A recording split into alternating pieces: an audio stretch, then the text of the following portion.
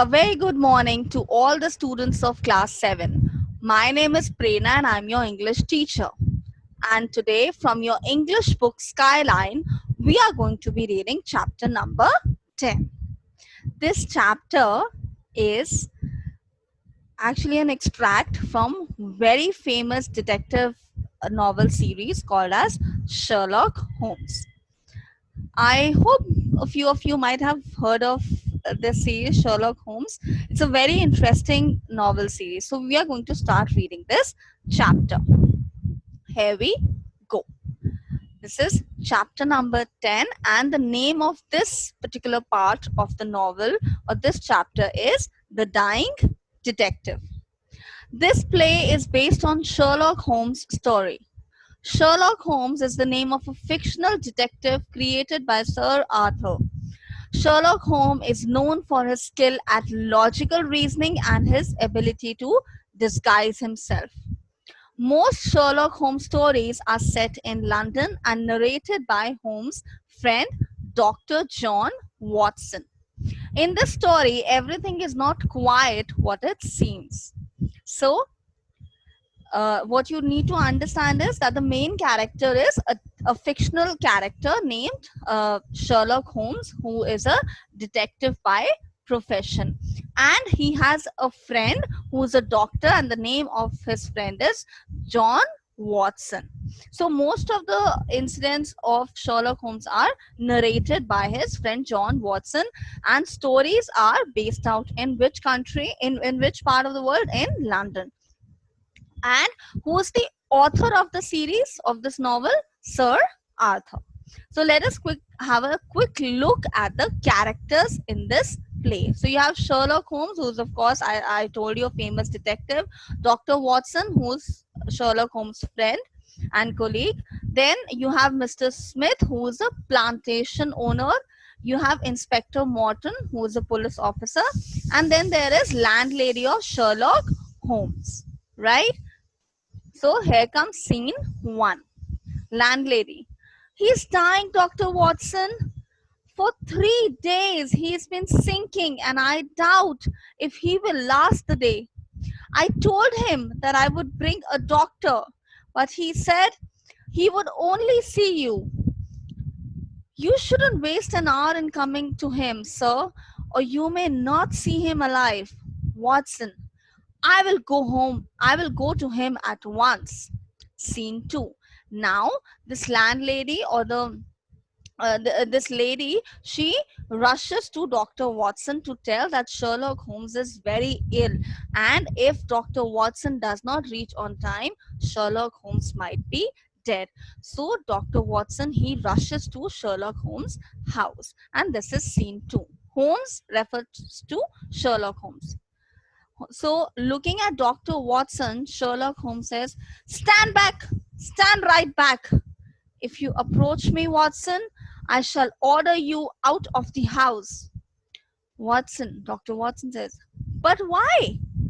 Holmes, "It's for your own sake, Watson. I know what is wrong with me. I have a horribly contagious disease that I picked up from the ship in the docks. Keep your distance and all is well. If you stand over there, I will talk. If you do not, you must leave the room." So Sherlock Holmes, he tells Dr. Watson that I've developed a communicable disease, a contagious disease, and if you come near me, you will also catch hold that disease. So you stand a little far from me, and then I'll tell you what exactly is to be done. So Dr. Watson says, "But if I can't treat you, how can you get better, Holmes?" Then Sherlock Holmes says, "Go and fetch Mr. Smith of 13 Lower Burke Street. It may surprise you to know that this man, Mr. Smith, has better knowledge of this disease than any doctor on earth. He's a planter and a well known resident of Sumatra and is now visiting London."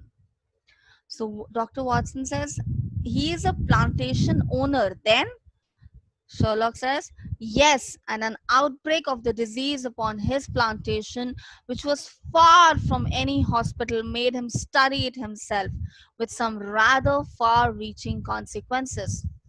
Watson says, so he will know how to cure you. Holmes says, if you could persuade him, persuade means to convince someone. If you could persuade him to come here and share with us his experience of this disease, I have no doubt that I will be cured. Plead with him. Watson, there's been an argument between us. So Sherlock Holmes is telling Dr. Watson that you go and get this man, Mr. Smith, because he's the one who knows how to cure the disease. He's because this disease developed from his plantation farms, from his plantation area, and just request him, plead him that he should come and cure me. So Dr. Watson is a little confused. He says, why should I plead him?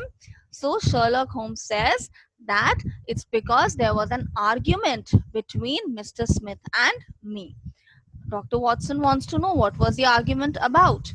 Sherlock Holmes says, his nephew Watson, I believed that his death was no accident. The boy died horribly. I suspected Mr. Smith. He had a grudge against me. You will soften him, Watson. Beg him, plead with him, get him here by any means. He can save me, only he.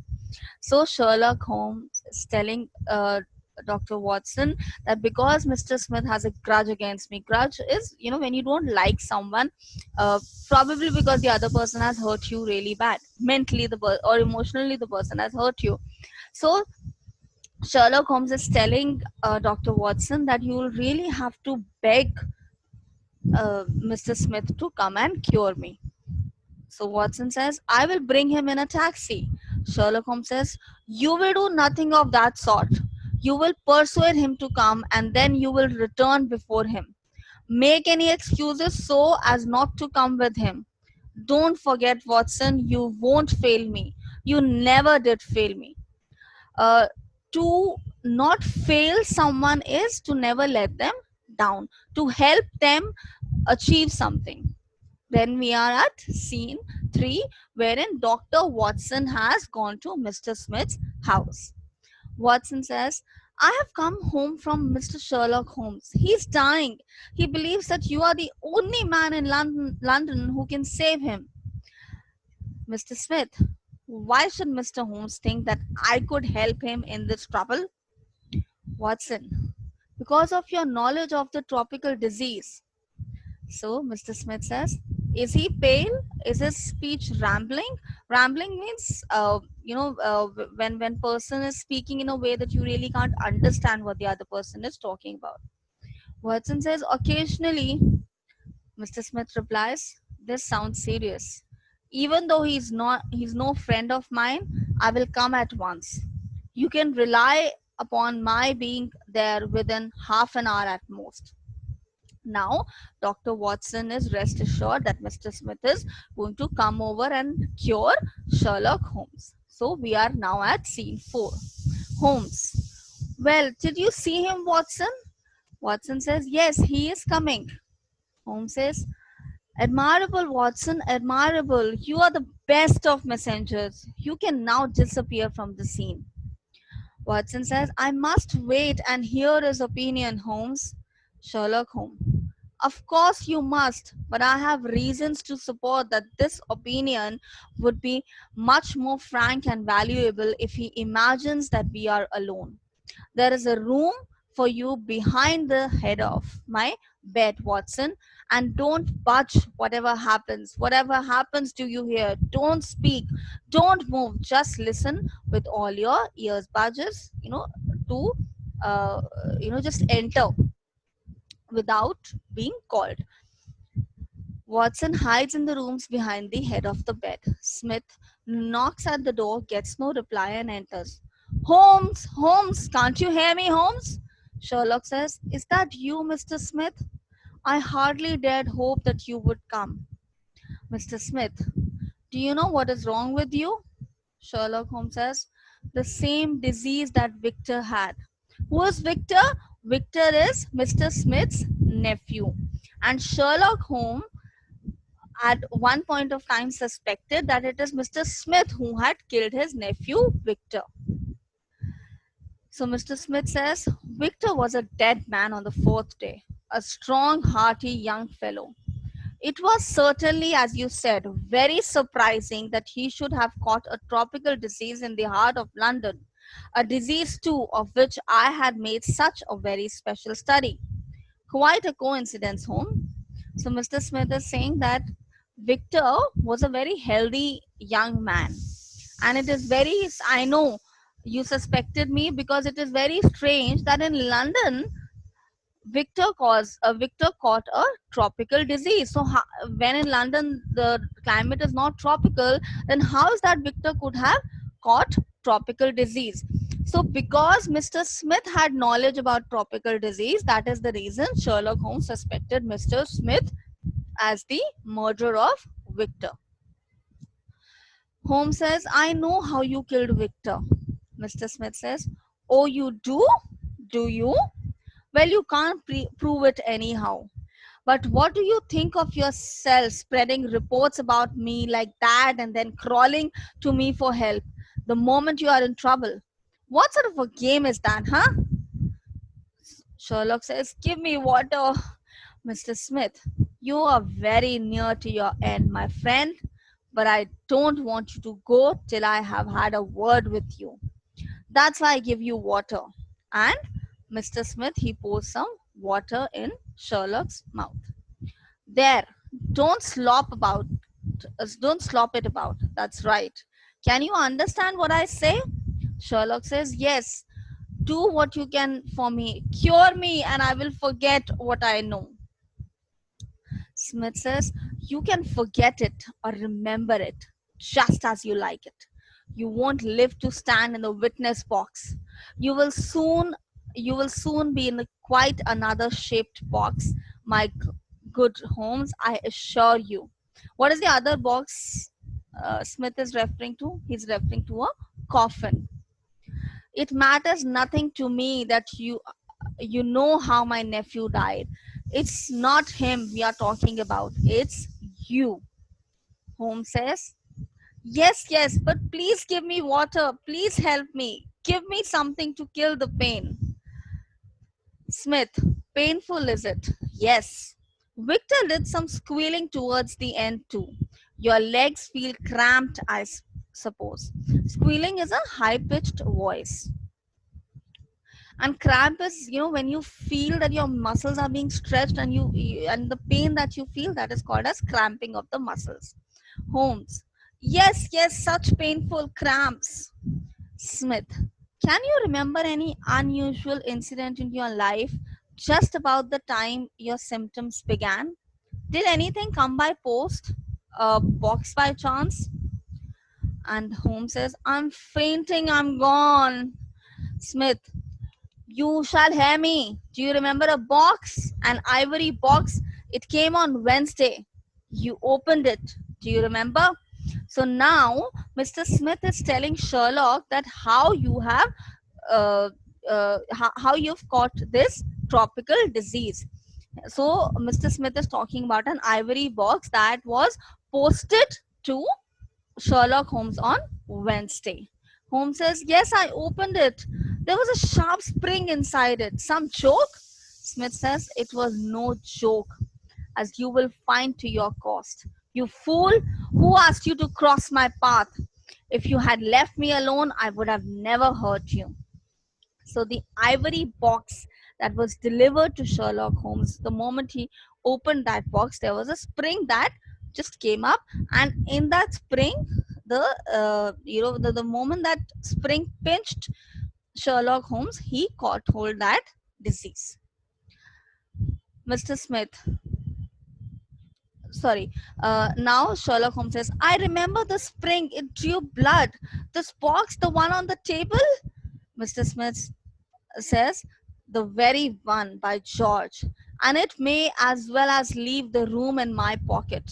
Puts it in his pocket. So Mr. Smith, he picks up that ivory box and puts it in his pocket. There goes your last shred of evidence. Now, Mr. Smith is very happy because he has destroyed the evidence and he knows that Sherlock is also going to die. So, all the evidence or the witness against him, there's going to be no evidence against him, no witness against him, and he's going to easily move away. But you have the truth now, Holmes. You can die with that knowledge that I killed you. You knew too much of the fate of Victor Savage, so you had to share it. You are very near to your end, Holmes. I will sit here and I will watch you die. So look how cruel Mr. Smith is. Holmes, he sits up in his bed and calls in a confident voice. All is in order and this is your man. Suddenly, Sherlock Holmes, his tone, his voice, everything changes, and he says, all is in order, and this is your man. Inspector Morton appears from behind the curtain. So there was a policeman hiding in that room. Morton, Mr. Smith, I arrest you on the charge of the murder of one Victor Savage. Watson. So remember, Watson was also inside the room. He appears from behind the bed head. And the attempted murder of Sherlock Holmes.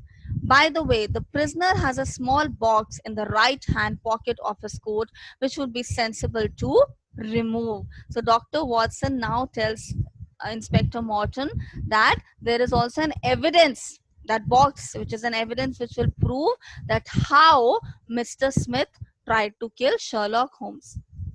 I would have handled it carefully if I were you. Put it down here.